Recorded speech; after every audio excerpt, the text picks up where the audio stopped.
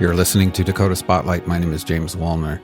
This episode deals with homicide, suicide, and violence. Listener discretion is advised. This is the last scheduled episode of the Mandan Murders, about the 2019 quadruple homicides at RJR Maintenance and Management. If you've not listened to the earlier episodes, you'll want to go back and do that first. In this episode, we'll hear from Chad Isaak's family. They have never spoken out to the media about this before. We will also look into Chad Isaak as a person and what was going on in his life leading up to these murders.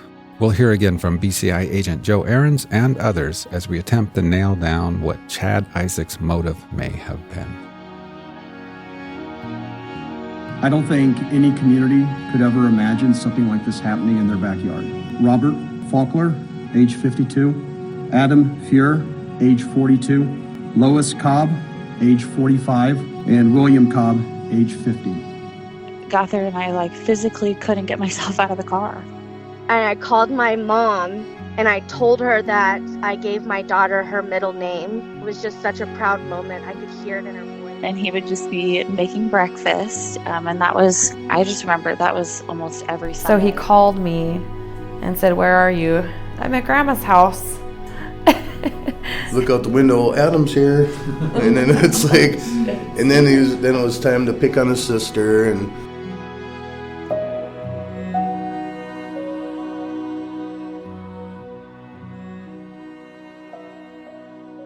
During this series, we have met a lot of people and we've learned a lot of things. We've learned a lot about this horrendous crime, but also we've learned some things about grief, coping, and loss. One thing I have learned, or maybe we should say I've been repeatedly reminded of, is this whole thing about you just never know. From one day to the next, as much as we plan and attempt to anticipate what's coming, we really never know what's in store for us. And I've also been reminded that knowing that doesn't change that much. At least we can't live our lives fully if we're paralyzed by fearful thoughts of the uncertainty of our next day, our next hour, or our next 10 minutes. To give in to that fear, that feels a little bit like surrendering to hate, maybe even to evil. Maybe that's why I've been experiencing this odd thing lately. Sometimes during, sometimes after my conversations with so many friends and family of Bill, Lois, Adam, and Robert, my brain has been serving up a mental image for me from my past. It's more like a flash of light in the periphery of my vision, flickering on and off, as if my eyes are playing tricks on me. The image is a simple one, as I said, from my past, about 8 years ago. I'm standing in New York's Times Square during one of my only 2 visits to that city. And my daughter is with me. We're tourists in the Big Apple. She's about 23 years old at the time. She's standing on the sidewalk, looking up, taking in the big city, and behind her is a huge neon sign. At least that's how I remember it, and how my brain flashes it back at me now. On that huge neon are 2 words. This is the first time I had seen those 2 words arranged just like that. I've seen it many times since. It read, "Love wins." 2 words, love wins. Simple and matter of fact. Not an essay or a thesis or a long-winded amendment to a law. These were just 2 simple yet perfectly positioned syllables. Love wins. Not a question, not even a subtle suggestion. More like an independent thought or declaration, hovering above, indifferent to scrutiny, criticism, dispute, or debate. Love wins. This story is about a horrific and senseless evil act, an act that stole the lives of 4 innocent people and broke the hearts of so many others, that shocked the community, jarred me and my old NISC colleagues right out of our cubicles on that April morning. And yet, somehow, my most prominent and very unexpected discovery along this journey has been that despite all the damage, all the suffering, and all the sorrow that still exists and which will never fully go away, somehow, in the end, evil was such a pathetic opponent when faced head-to-head with empathy and with love. In the long run, evil didn't stand a chance here.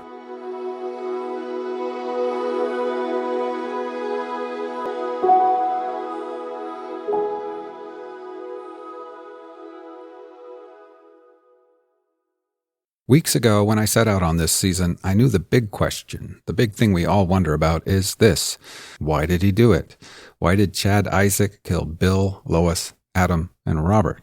I knew that Chad hadn't left a suicide note. He never confessed publicly, and at his sentencing, all he had to say was this. I can honestly tell you that I'm not a murderer, and that's all I have to say. But I wondered, did he ever confess to anyone? One of his lawyers, perhaps. He could have done that in confidence because of client-attorney privilege. But now that Chad is deceased, maybe that same attorney would speak out. So I called one of his lawyers, Robert Quick, a well-known and respected defense attorney here in North Dakota. He answered the phone while walking through an airport somewhere and told me personally he wasn't opposed to speaking with me, but professionally he had to decline because of client-attorney privilege. It exists even after the death of a client. No luck with his attorney. But maybe Chad Isaak confided in his family, I thought, if he even had a family. I called some friends, journalists, people who were at the trial. I was told Chad had lived alone at the time of the murders, but yes, he had a family. He had parents and siblings and even a grown daughter somewhere in the world. This was encouraging news because even if he didn't confess to his family, certainly they could help put pieces of the puzzle together. They could tell us who Chad was. What was he like as a child? I mean, we hear about the early warning signs of serial killers. Did Chad Isaak torture animals as a kid? Did he do drugs? Did he have a violent past? My hope of getting these pieces of the puzzle were quickly shot down, though. My journalist friend told me his family were at the trial, but they won't talk to the press at all. It came as no surprise to me that they didn't want their names out there. I tried to imagine the stigma of being a parent or sibling or daughter of a man who had killed 4 people before taking his own life. I might not want to speak to the media either. And so I lowered my expectations on ever speaking with Chad's family. But I did start learning more about Chad on my own. I started with newspaper archives. I found references to Chad as a young teenager. In a 1989 article about high school basketball, Chad is listed as a 5', 10-inch sophomore guard. In a 1990 basketball brief, Chad has scored 9 points in a loss against Fort Yates Public High School. His teammates are listed there too. I write down a few of their names, his basketball teammates. I find some phone numbers. I try a few. When I get through to a voicemail, I leave a message. Only one calls me back. Yeah, I played basketball with Chad Isaak, he says. He declines an interview but tells me he was a good friend of Chad in high school, and he considers himself to be a good friend of Chad's family. A great family, he tells me. He also tells me he didn't have much contact with Chad during the last years before the murders. He says, quote, Chad was doing his own thing then. I told him I'd like to talk to Chad's family. Maybe he could put me in touch. He declined to help with that and said, I'll be honest, I don't think anyone in his family is going to want to talk to you. I thanked him and I hung up.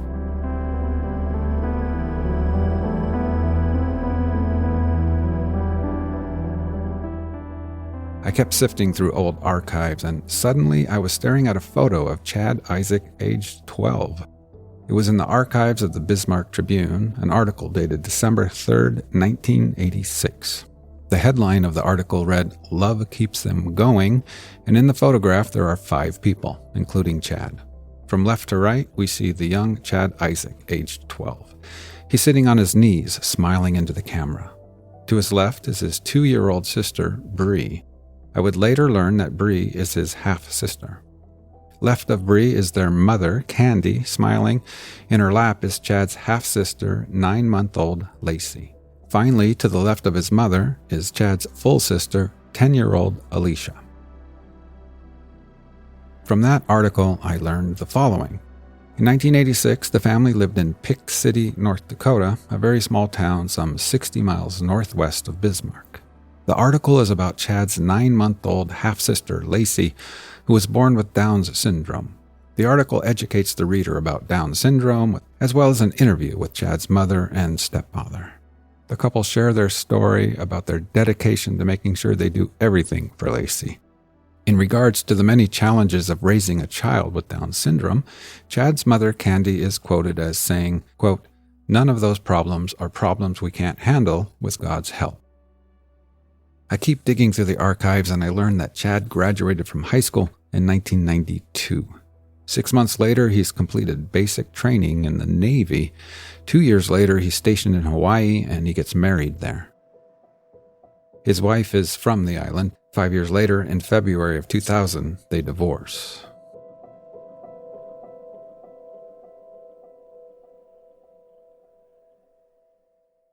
In another news clip, I find a wedding announcement for Chad's sister, Bree. I wrote her a letter, included my email address and phone number. Among other things, I wrote, I would be very grateful if you would take some time to consider if you yourself or someone else in your family might consider taking part in this audio documentary. I would like to learn more about your brother, and I would like to help my listeners understand how this event has impacted your lives. I printed it out, put a stamp on an envelope, and dropped it in the mail. Really, I figured I could have probably just tossed it in the garbage and saved myself a stamp. I really didn't expect to ever hear back. My first contact with Chad's family came via a text message from his sister Bree. To my surprise, she told me that they were considering my request. They would need time, though, and so I gave them time. It took weeks. We stayed in touch via email. They told me they were not going to listen to the podcast at all until they had made their decision. They didn't want what they had to say to be influenced in any way by what they might hear on the podcast. And the first thing they wanted to make clear was that their main concern was to not re-traumatize the victims' families. And I knew I was putting them in a tough position. On the one hand, because there is no known motive for Chad's actions, people like me and you and the community are left wondering what information they might be holding, anything that might help us connect some dots. What warning signs were there? Was there a history of violence? Who was he as a grown man, a young man, and as a child? And yet, for them to tell us about who he was as a man or a child, they risk making their story about Chad and taking away the focus from the victims. I had the same concern myself. I don't want to make this about Chad Isaak, at least not more than necessary. And yet, here we are, all wondering who he was and if the answer to that question might help us in any way. After quite a bit of correspondence, Chad Isaak's family and I agreed to the following arrangement. Technically, I did not interview them. Instead, they asked if they could offer a type of open letter that they would write, and then 3 of them, Chad's mother and 2 of his sisters, Bree and Alicia, would then read the letter for this podcast. I agreed to this arrangement, and we agreed on a time to meet. Chad's mother, Candy, and his sister, Bree, would be there in person. With us, but over Zoom on a laptop, his sister, Alicia. And so, one afternoon in late October, I grabbed my gear, and I headed out to meet them. We'll be right back after this very short break. I'm reporter Trisha Tarinskis. If you want more true crime stories from the Upper Midwest, be sure to check out The Vault, where you'll find a podcast hosted by me. You'll also find a treasure trove of archival photos, video, and interviews to help bring the mayhem and mysteries to life. Find The Vault at inforum.com/The Vault. By the time I was actually driving to finally meet Chad Isaak's mother and 2 of his sisters, I'd learned some things from my interviews with other people. For one, I learned that I was not the only person who had been eager to find out who they were. During the trial, Adam Fuhrer's stepmother, Shirley, had also been very curious. Here she is. When I went to the courtroom, I looked around the room wondering if his mother was there. Because I wanted to see what kind of a woman she was to raise a son like that. I didn't know who she was for about a week. Then I found out who she was. She wasn't the woman I thought she would be. You know how you stereotype somebody sometimes, because I thought this was going to be a lady that was rough and mean-looking, and she wasn't. And we became acquainted during the time when we would leave the courtroom for a little bit, and then we'd go back in, then we'd go back out, and then I became acquainted with her and her 2 daughters. But she lost a son, I lost a son. 2 different things, I also learned that really most people hold an immense amount of compassion and empathy and understanding for Chad's family and their situation. Pat Haug investigated the case for Mandan PD. What he has to say here, I think, is a fair representation of what most folks told me in regards to Chad's family. Chad Isaak's family had nothing to do with this. This was Chad Isaak that made the decision and did what he did. And in a way, Chad Isaak's family are also victims because they got brought into this unwillingly because of his actions. I've thought about that off and on. I remember seeing his mom and dad periodically in the courtroom, and, you just wonder, how difficult this is to watch this trial and know that this is what he did and and what he did to, a number of families and stuff like that. So I can't imagine that it was any easier for them than anybody else. And here is Lois Cobb's daughter, Brianne. Putting myself in their shoes, I can't imagine.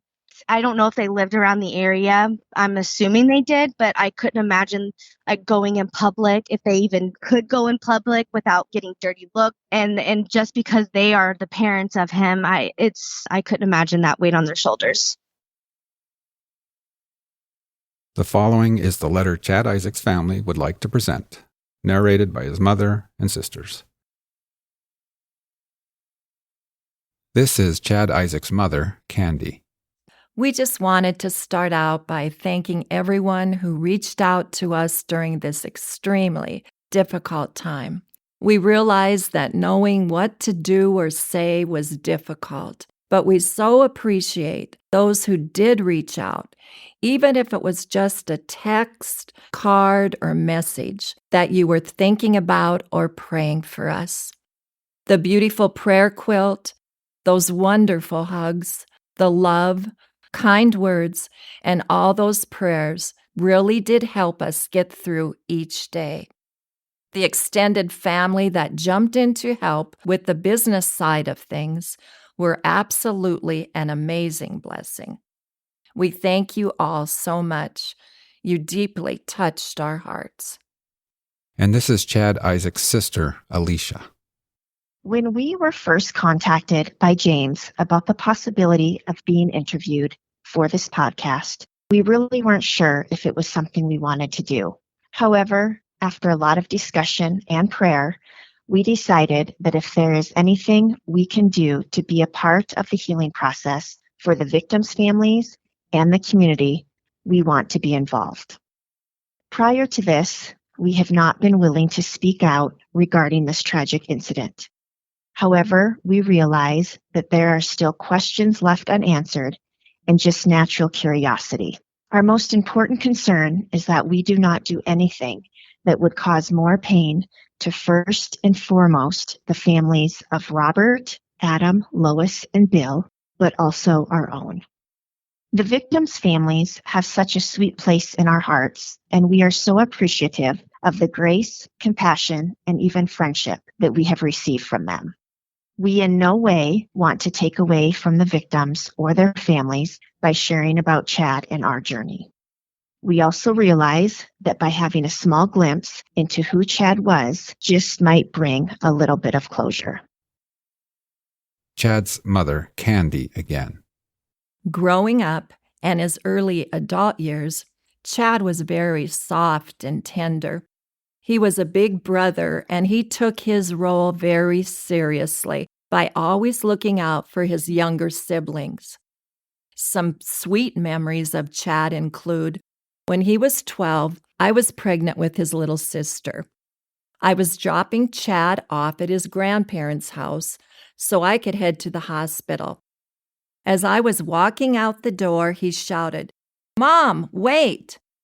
I stopped, and he ran up to me, lifted up the bottom of my shirt, and kissed my belly. That is one of my most favorite memories. Chad's little sister was born with Down syndrome and had a very severe cardiac condition. As a result, she required a lot of therapy on a regular, usually daily basis. Almost every day when Chad would come home from school, He would ask how she did that day. He would check her charts that we kept, and he would also help her with her therapy regularly. He would encourage her and tell her, "You can do it, over and over again. He really believed she could do it, and he made her believe it too. This is Chad's sister, Bree. Chad was also gullible. In middle school one day, he got off the school bus very upset because a friend had said, "Chad, open your mouth and close your eyes." Chad opened his mouth and closed his eyes, and his friend put a dead fly right in his mouth. After this, one of the jokes in our family, even in his adult years, was asking him to open his mouth and close his eyes. He never was able to live that one down. Sometimes in those dark times that now occur, we try to remember those special things about Chad and try to recapture that Chad. Even in high school, Chad maintained these characteristics. He was a typical teenager, not getting into trouble, and had those good grades. He had a lot of friends. He was a natural athlete, specifically loving football, basketball, and windsurfing. He also really enjoyed hunting with his dad and grandpa. After suffering a neck injury playing football in high school, he started seeing a chiropractor that really helped him. It was after this that he planned to become a chiropractor. After graduating high school, he joined the Navy. While in the Navy, he got married and had a daughter. His marriage did end in divorce, and eventually he ended up raising his daughter on his own. Chad was very, very intelligent and determined. After he returned from the Navy, he began to pursue his dream of becoming a chiropractor. He put himself through chiropractic school even while being a single father. After chiropractic school, he opened his own business. He seemed to enjoy being a chiropractor and was invested in helping his clients feel better. Chad did become more private and isolated himself from family and friends more and more as the years went by. Chad's mother, Candy, again. There is nothing in Chad's past that could have prepared us for what happened on April of 2019. On April 1st, 2019, we heard on the news that 4 people had been murdered in Mandan. Like everyone else, we read every story and watched TV for any updates.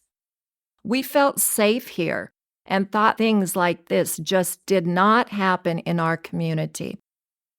I remember praying that the person responsible for this tragedy would be caught swiftly and without further incidents, and that justice would then be served. Never in a million years did it cross my mind that it would be my own son that was arrested and responsible. Chad's sister, Alicia.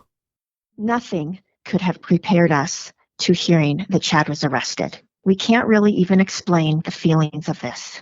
It was complete shock, disbelief, and overwhelming emotion, making it difficult to catch our breath, physical illness, sobbing, and our minds racing a million miles a minute. We couldn't imagine how this happened and felt certain it would be straightened out and it would be realized they have the wrong suspect. These were nightmare days. The pain was so intense, our hearts felt like an open wound. As the days passed, we would get more information about the crimes, victims, and their families. Prior to Chad's arrest, we had some of this information, but afterwards, it was now personal. The grief was so intense. Not only grief for Chad and his possible involvement, but grief for the families and what they were going through. We would regularly pray that they would be comforted and have strength to make it through.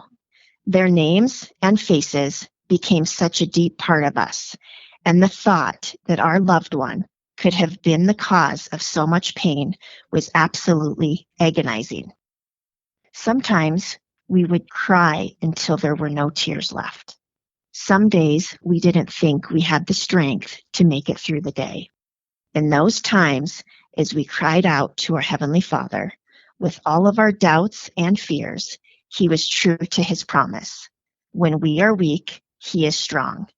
He always gave us the strength we needed to get through to the next day. Our family spent so much time going back over everything we missed, any clue we may not have noticed. It was very exhausting and frustrating to continue to have similar conversations over and over, but the answer was always the same. As hard as we tried, we just didn't see any red flags or anything that would have given us a clue that Chad was a danger to someone else.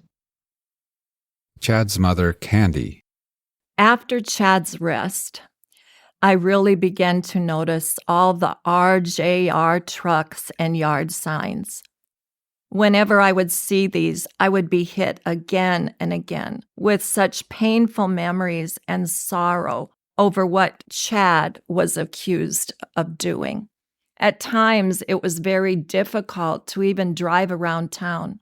At some point, I was talking to the Lord, maybe more like complaining about this, when I was reminded of how much the prayers of others were helping us to get through this. From that day on, I was reminded that this was just another opportunity to pray for those families.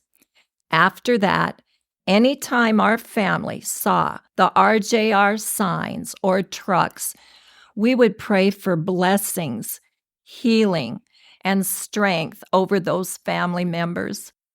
That was such an amazing difference that we actually started looking forward to seeing those signs and trucks, knowing that it was a way that we could now bring good into their lives.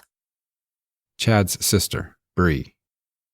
During the years that followed Chad's arrest, there were a full range of emotions and questions. We had his business to close down, a house to take care of, along with other obligations. This became almost a full-time job, especially for Chad's father. We often said the tasks that needed to be done were similar to that of when someone died. However, Chad was still alive. The roller coaster ride of court hearings being scheduled and rescheduled was difficult, as just as we would prepare ourselves to face the next hearing, it would be delayed, making it feel like closure was never going to come.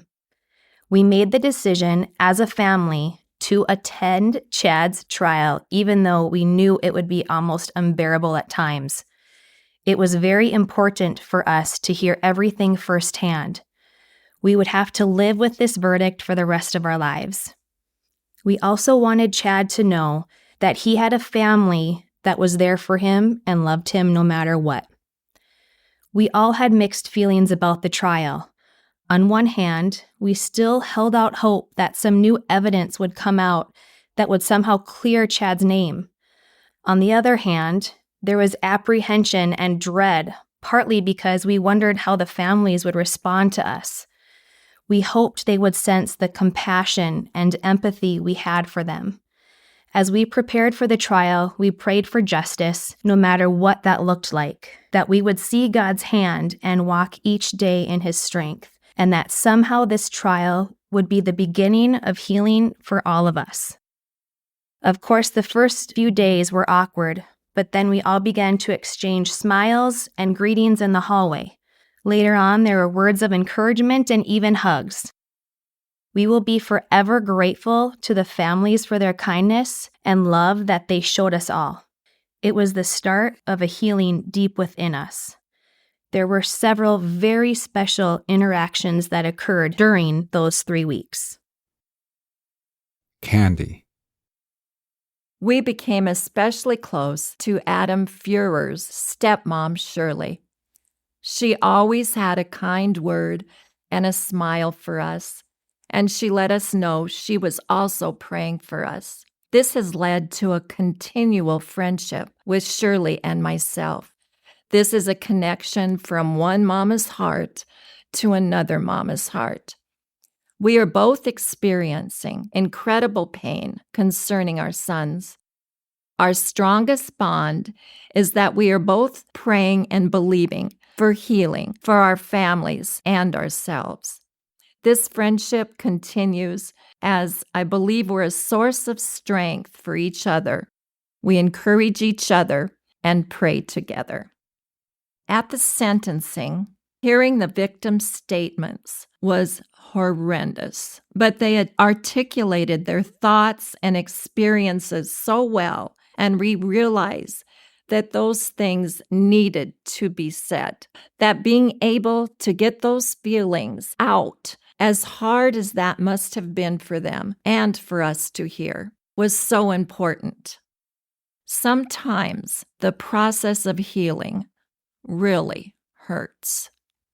Chad's sister, Alicia. We maintained contact with Chad throughout his arrest, trial, and incarceration. Of course, we were not able to discuss details of the crime due to everything being recorded, but we were able to let him know the love of his family was unconditional. At times, it was difficult maintaining contact with him. We, of course, had so many questions that we couldn't ask. At no time during our contact with him did he give any insight concerning this crime. We have had people ask what happened to Chad's dog. Chad's dog was taken very well care of by a relative.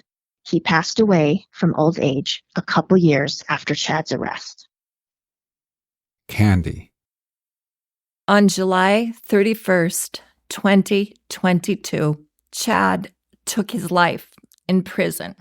We thought we would have a lot more time with him, time to build better relationships, to get answers to all those why questions, and see Chad allow the Lord to work in his life in such an awesome way that he would be able to be more free and peaceful in prison than he ever was on the outside of those walls.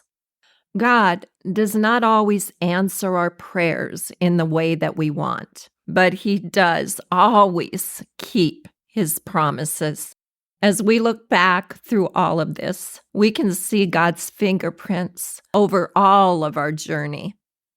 During the worst time of our life, we experience God's faithfulness and love in the most amazing ways. He never left us alone for a second. He walked through this with us every step of the way.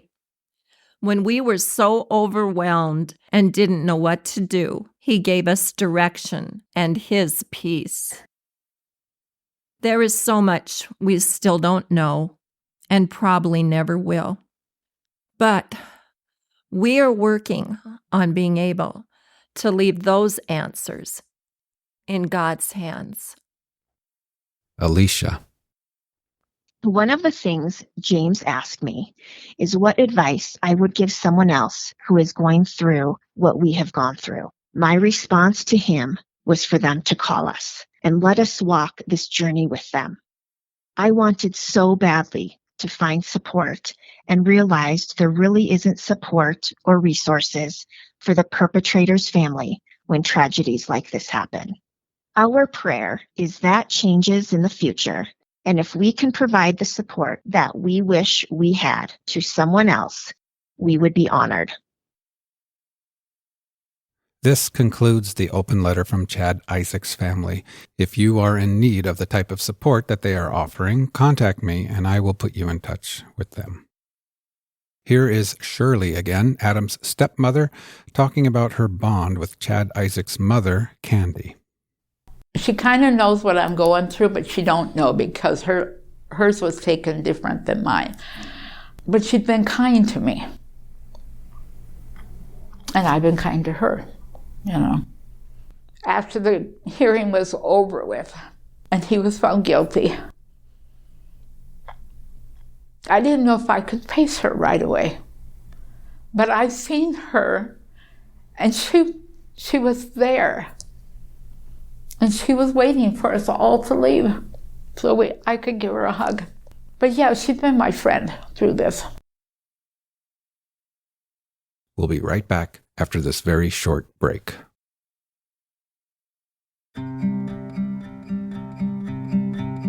If you're enjoying this episode of Dakota Spotlight, Be sure to check out the full lineup of Forum Communications podcasts at inforum.com/podcasts. We have true crime, sports, politics, and plenty of news to keep you in the know and up to date. Visit inforum.com/podcasts to learn more.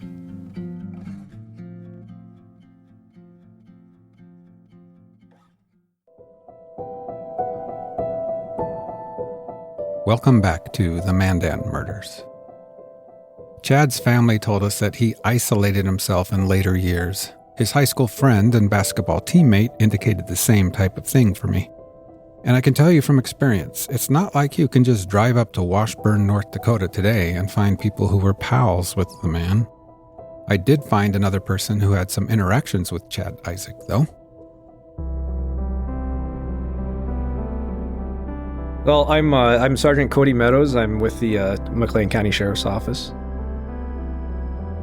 He obviously had his practice here in town, and we got a call that there was a theft or something along those lines occurring down at the chiropractic office. So myself and actually Sheriff Kurzman, who just happened to be around, both responded to the call. When they got there, Chad Isaak had one of his patients, an elderly gentleman, sort of, I guess, cornered in the back of the office. The man, Chad's patient, had forgotten or left his checkbook at home. Chad was demanding payment for his services right then and there, and he wanted the man arrested.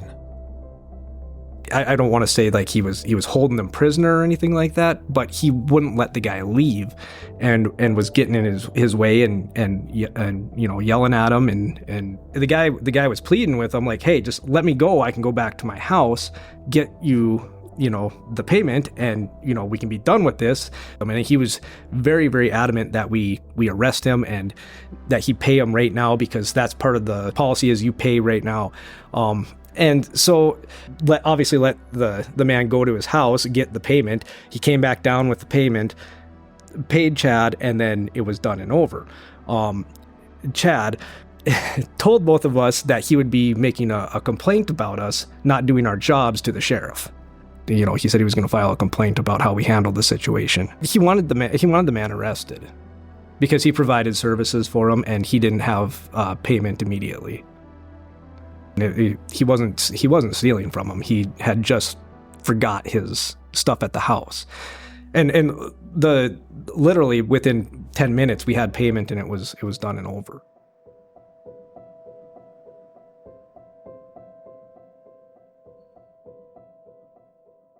I asked Robert Faulkner's daughter, Jamie, and others what they felt when they heard that Chad Isaak had taken his own life. Here's Jamie. It made me sad for his family. It really made me sad for his family. Because they had to grieve. Because, I mean, he was still a person. He still had a life.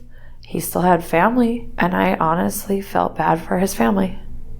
Because they had to go through what we went through. Obviously, respectfully, they definitely probably didn't want to talk to us. I don't expect them to create a relationship with us, and I don't expect that out of them at all. They were there during the trial every day.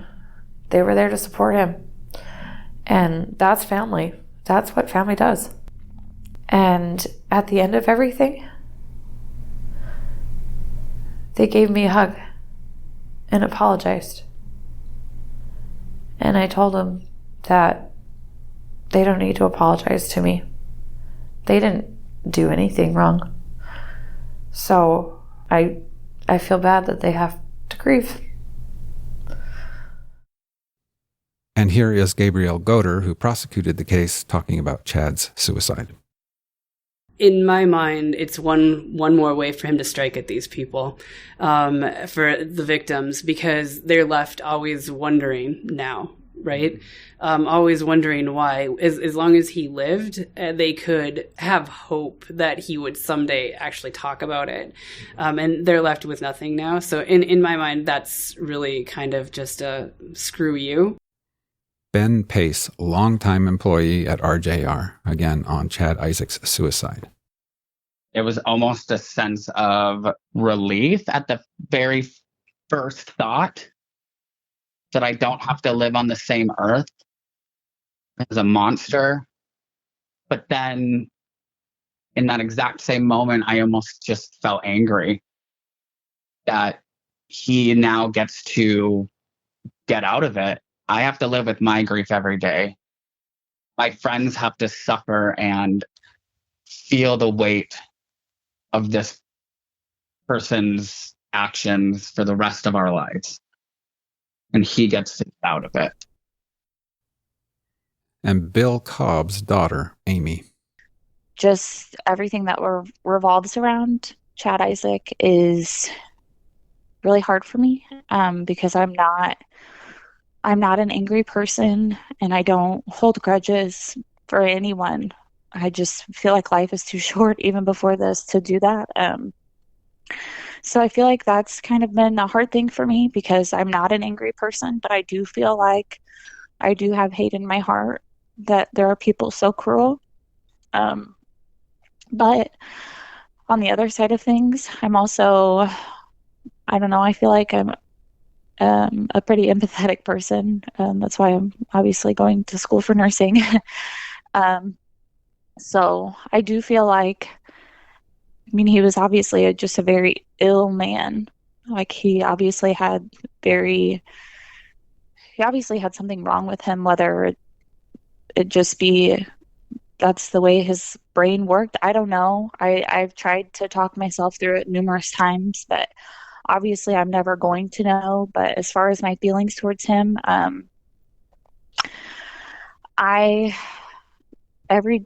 almost every day I think I don't want to hate someone. I think that I do hate him, but I try my hardest to not, because I don't want that feeling inside of me, because it's not affecting him, it's affecting me, you know.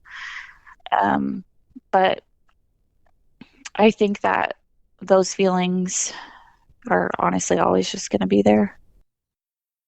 And this is Justin Cromer. Justin was the McLean County investigator who first recognized Chad Isaak's white pickup as being the one in the police bulletins. You may also recall that Justin was a patient of Chad Isaak, as were both of his parents. Living there in Washburn, he knew Chad Isaak. It made me mad that he went out that selfishly. I guess one of my career goals someday, just because I knew Chad personally, was to someday just go sit down with him at the prison and try to get that why for the family. You know, there is no real motive that's ever been brought out in this. So that was one of my goals, was someday to make that appointment at the prison and go sit down with him and see if he would let that go. But now there's no chance of that anymore. So Justin Cromer is right. There is no chance of Chad Isaak telling us what in the world was going on in his mind at the time. But that doesn't stop us now from at least trying to find some clues in all the dust and rubble that Chad left behind him. But we should also stop and remind ourselves that as much as we all want to understand, a motive is not an excuse or explanation or necessarily a key to closure. Here is Robert Faulkner's daughter, Jamie. No matter what the reason was that this happened, it's never going to be good enough for us for closure. Nothing will ever make sense for what happened that day. No matter how angry a person is, nothing makes sense to do what happened that day. From the very, very beginning, there have been rumors and theories out there, some of them wilder than others. Oh God, yeah. Just crazy, absolutely crazy thoughts. And people love to talk about it. For example, there was a rumor that RJR had biker parties at the shop on weekends, I assume indicating some kind of biker gang involvement. We have never had a biker party in our shop. Yeah, we never. And there were rumors of RJR selling drugs. It was a drug deal gone wrong. I didn't even know what weed looked like until I was in my 30s. It's just the conspiracies around it. According to Chad Isaak's family, Chad never took drugs at all. He didn't even like taking aspirin. This is former Assistant State's Attorney Gabriel Goder again. As far as we knew at that time, and still to this day, there's no evidence that Chad Isaak used drugs. And investigators maintain they looked thoroughly into RJR's business and dealings, and they would have had to for several reasons. Certainly when preparing for the trial, Assistant State's Attorney Gabriel Goder and her team, along with BCI, they all knew that if RJR was involved in any criminal activity or even just shady or controversial activity, Chad Isaak's defense team would uncover it and bring it up at the trial in an attempt to cloud or color the jury's image of the business and maybe its owners.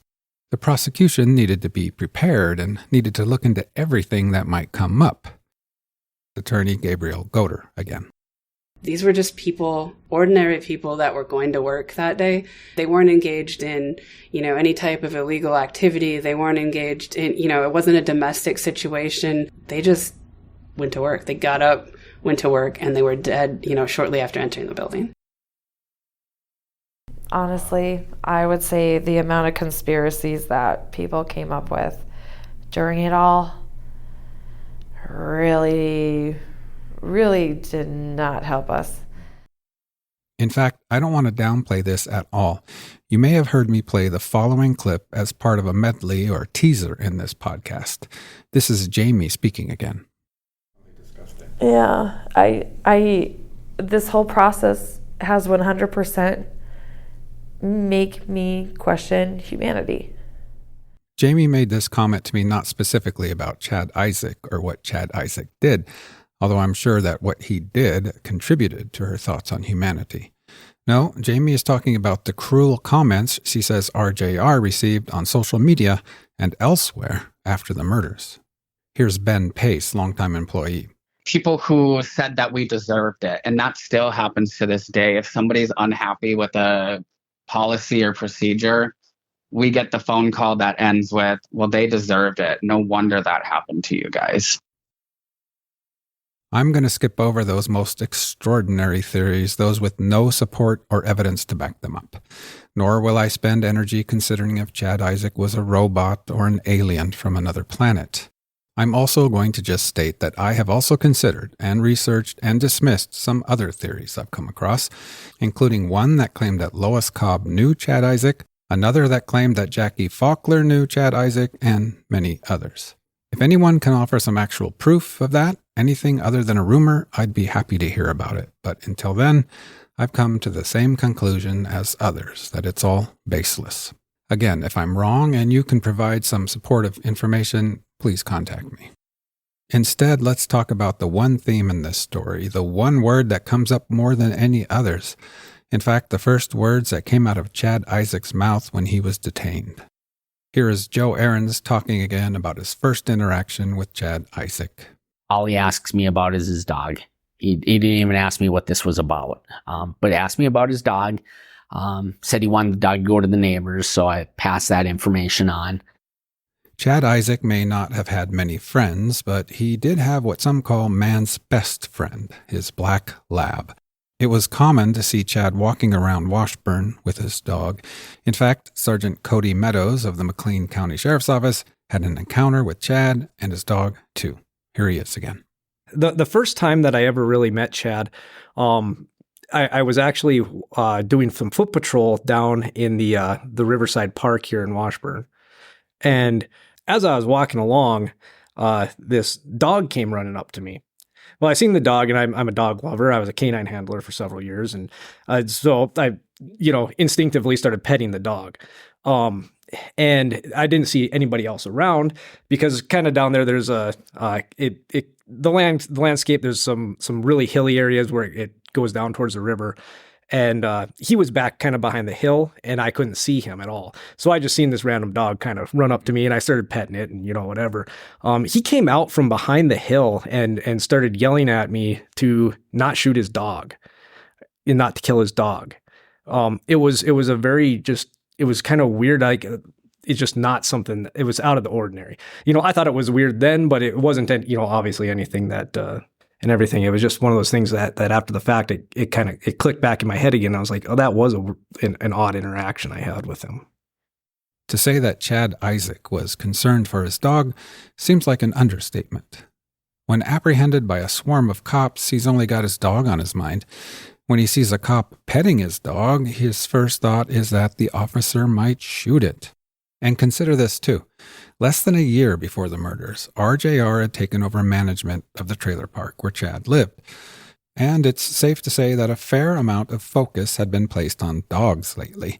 Nothing unusual or excessive, really, but when seen through the lens of Chad Isaak, it may have looked, well, I don't even want to know how it looked to him. I have no desire to get inside of his mind. But if he was worried about his dog, there was a lot of dog chatter going on in his life at the time. For one, RJR had a pet policy, and they asked their tenants to fill in a form about their pet. Nothing crazy, just making sure their pet policy is being followed. And then there was this. At some point, one of Chad's neighbor's dogs had bitten an employee at RJR. Those neighbors were then evicted for several reasons, including the incident with the dog. Later, another tenant in the park was evicted for non-payment. They happened to also have a dog, and although that eviction had nothing to do with the dog itself, one wonders how Chad Isaak interpreted it. Chad Isaak's inner world was obviously deeply disturbed in one way or another, and possibly it was littered with thoughts of dogs and perhaps perceived threats to dogs and perhaps to dog owners. Here is Pat Haug of Mandan PD again. That conversation came up a lot during the investigation. Why? There were a number of theories. Not a lot that would back them up, but just theories. The one that kind of kept coming back up into my head was his dog. And you got to go back to some of the interviews we did up there. So when RGR took over management, he had some acquaintances that oversaw the RV side of that trailer court, and they had a dog, and that dog, if I remember correctly, bit one of the RJR employees, and then they kicked him out of the RV or asked them to leave because of the dog, because RJR had some rules about dogs. And knowing how he was with his dog, because that came up a couple of times on him, where's my dog, who's taking care of my dog, stuff like that. So I knew that dog was very significant to him. And in my head, I'm just kind of thinking, I have no proof one way or other, but I just felt that maybe they thought they were going to make him get rid of his dog. His dog went everywhere with him. And some people get that attachment, to an animal, especially if there's no significant other. There's a child, but the child's in the country, but not in the lower 48. And so they get the same, very similar attachment as they do their children. And, that was just kind of something that always kind of popped up in my head. It's just a theory. Prosecutor Gabriel Goder. Yes, we know that his dog mattered a lot to him from jail. That was like his only concern. And even after he was told that his dog would essentially be grandfathered into this new pet policy, he still had concerns that his dog was going to have to go. And so he was questioning other neighbors about this, even after he was told, your dog's fine. After this short break, what do Chad Isaak's actions at RJR tell us about who his intended victim or victims were? Who was he targeting? And what does that tell us, if anything? Need a little more life in your podcast feed? Listen to Growing Together, a gardening podcast with hosts Don Kinsler and me, John Lamb. Don is a seasoned horticulturist with decades of experience helping gardeners across the upper Midwest, and I'm a novice gardener looking to learn more, just like you. Together we try to create lively conversations around successful gardening, plus at least one dad joke per episode, guaranteed. Look for it wherever you find your podcasts. Welcome back to the Mandan Murders. Chad Isaak planned the attack at RJR. We only know that because of the investigative instinct of a man named Ben Zachmeyer, who was co-owner and employee at Big O Tires next to McDonald's in Mandan. Ben had supplied surveillance video to the police, video of the mysterious masked man walking to and from McDonald's on the morning of the murders, April 1st, 2019. A few days after supplying the video, Ben Zachmeyer realized that something seemed odd in the video. It looked to him like the masked man sort of knew where he was going or walking, and if he knew where he was going, he must have walked there before. And so Ben went back and reviewed Big O Tire's surveillance video from days prior, and sure enough, he found it. Exactly 1 week earlier, almost to the very minute, the same masked man can be seen walking from his pickup at McDonald's past Big O Tires and beyond. The date was March 25th. The prosecution argued in court that March 25th was Chad's practice run, part of his planning and premeditation.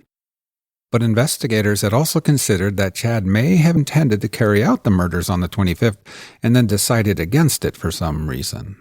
And this thought opened up some room for speculation or interpretation about who exactly Chad was targeting.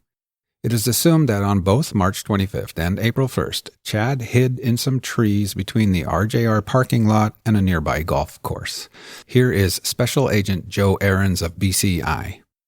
Those trees between Prairie West Golf Course and the RJR parking lot are thick enough that you could very easily sit in those and nobody would ever see you in there, but you would have a clear line of sight to RJR, employee entrance, the parking lot. So from where he was at, if he was in those trees, no one from RJR would ever know he's in there. But he would be able to see when people come and go from there. If Chad Isaak was indeed sitting in those trees on that first week, March 25th, watching people arrive at RJR, he would have at first seen Bill Cobb arrive at 6:30 alone, and then Robert Faulkner a while later, but no Lois Cobb and no Adam Fuhrer. Lois didn't work at RJR that whole week as she was recovering from surgery, and Adam Fuhrer arrived much later, after Chad would have left. From the standpoint of the investigation, this could mean different things. Either Chad was casing out the place with the intention of doing it later, and he simply wanted to know who he could expect to be there, or he intended to do it that very morning, but something wasn't the way he wanted it to be, so he left. If March 25th was indeed Chad's test run and he left satisfied with everything and planning to do it a week later, then we can perhaps deduce that either Bill Cobb or Robert Faulkner or both were his intended targets. Then when he comes back the next week, Lois is there with Bill at 6:30 and then Adam arrives unexpected. On the other hand, if he was prepared to carry out the murders on March 25th but didn't do it, that might lead one to consider if maybe Lois or possibly Adam were his intended targets. They didn't show up, so he aborted his plans. But really, on closer inspection, Chad's actions on April 1st seemed to indicate he was targeting Robert Faulkner and possibly also Bill Cobb. Here is Joe Ahrens again. Somewhere along the line, too, there with Lois, he had taken Lois's wallet and had went through it, and there was like a concealed weapons card and some debit cards, credit cards, and those were laying on the floor, and then the wallet and her cell phone were laying a little bit of a distance, 10, 15 feet away from there. Investigators also found Adam Fuhrer's wallet. It too had been removed and the contents tossed to the floor. So when we watch all of that, our opinions are that when he killed Lois and Adam, that he potentially maybe didn't know who they were. And so he pulled out their wallets to even see who they were, because he didn't do that with Bill's. And he didn't do that with Robert's. Another indication that Chad was targeting Robert Faulkner was this. He waited and waited and waited at least 13 minutes. He didn't leave RJR until he had killed Robert Faulkner. When he walked to the door and he looked out, it appears he's waiting for somebody. After he kills Lois and Bill, he could have left. After he kills Adam, he could have left. And it was only after killing Robert that he left. So why Robert Faulkner? And what did Chad know about Robert Faulkner? Well, there's only one known confirmed interaction between the two men. This happened in 2018 on Chad Isaak's doorstep in Washburn. RJR employee Ben Pace and Robert Faulkner were there one day handing out welcoming letters.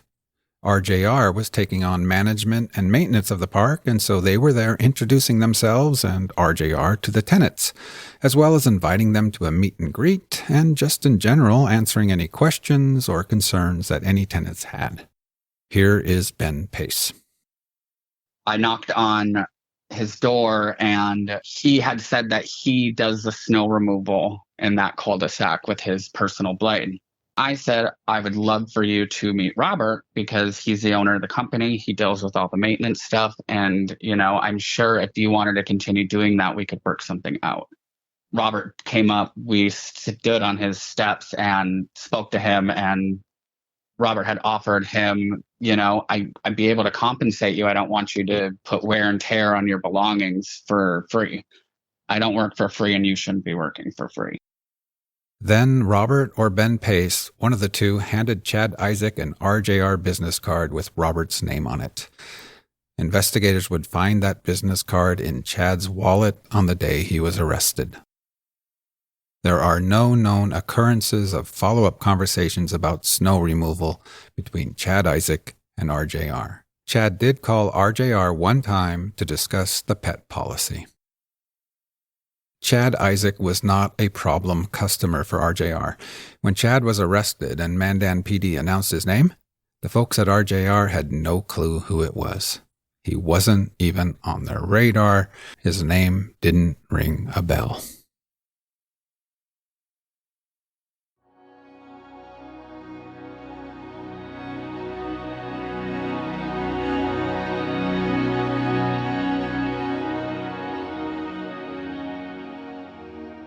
You just never know what's coming. One minute you're sitting in an office cubicle in Mandan, North Dakota, feeling maybe you're not doing a good enough job converting databases, and the next minute, 4 years have passed, and you're attempting to wrap up the last episode of a podcast season that you've titled The Mandan Murders, fully aware that no matter how you wrap it up, it will never be good enough. It can't be good enough. You're not even sure it should be. What kind of ending is good enough to do justice to a story about all the many wonderful people you've met and the 4 people you can never meet?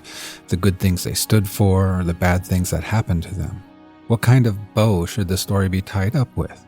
A beautiful one? A black one? A tattered old bow of sorrow? Or a brand new silk bow of joy? You just never know what's coming. One minute you're finally headed to visit RJR Maintenance and Management in Mandan, where you've been invited to observe their monthly meeting in the shop, and the next minute you're arriving, realizing you're a little afraid to go inside. Because by now you know the layout of the building, where they were killed, how they were killed. You know where evil walked and what it did, and you realize you're afraid that the facilities at RJR might be infested with some kind of darkness, something that might get into your clothing, onto your skin, or into your lungs. One minute you think you'll just leave, and the next minute you are outside of your car, outside of yourself, walking into the big RJR shop where, mounted high up on the walls, 4 huge portraits, photographs of Adam, Robert, Bill, and Lois watch over the band of RJR staff below them, who now are gathered for their monthly meeting, and Jamie is announcing the employees of the month. We're going to do the first one for August, and then we'll do the second one for September, okay? So, drum roll.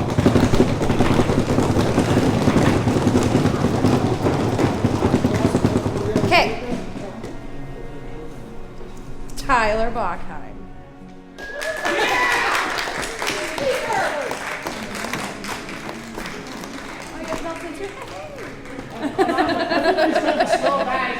And also none of them, no comments, but and then this one I really like because I think this is an area that all of us can work on helping our coworkers. This one says willing to slow down and train.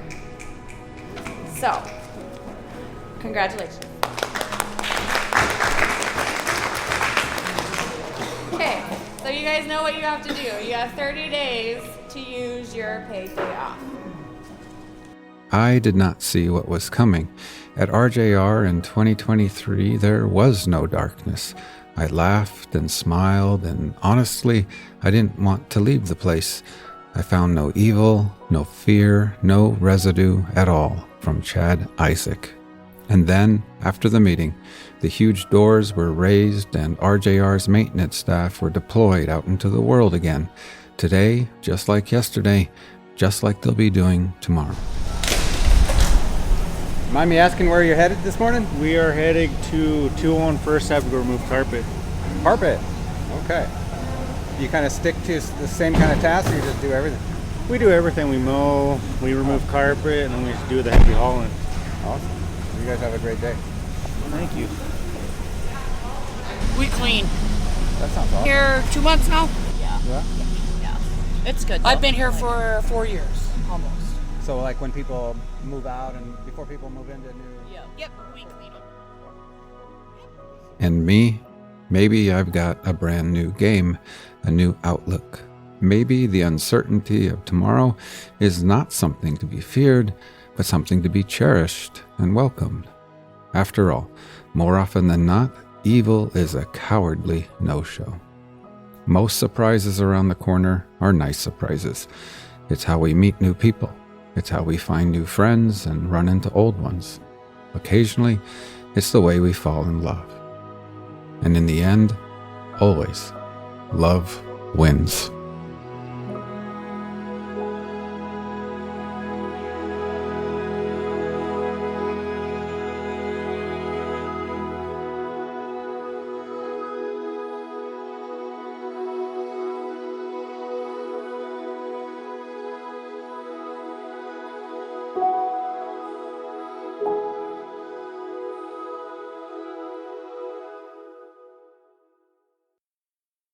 Dakota Spotlight is a production of Forum Communications. To see photographs, documents, video, and more about this season, head over to inforum.com/Mandan Murders.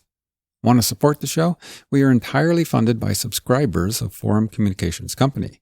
To become a subscriber and support the show, go to inforum.com/subscribe. Find more Dakota Spotlight at inforum.com/Dakota Spotlight and check out the Vault section for more true crime. And don't miss the awesome Dakota Spotlight Facebook group. To join, go to facebook.com/groups/Dakota Spotlight. Once again, thank you so much for listening to Dakota Spotlight. I'll see you next time.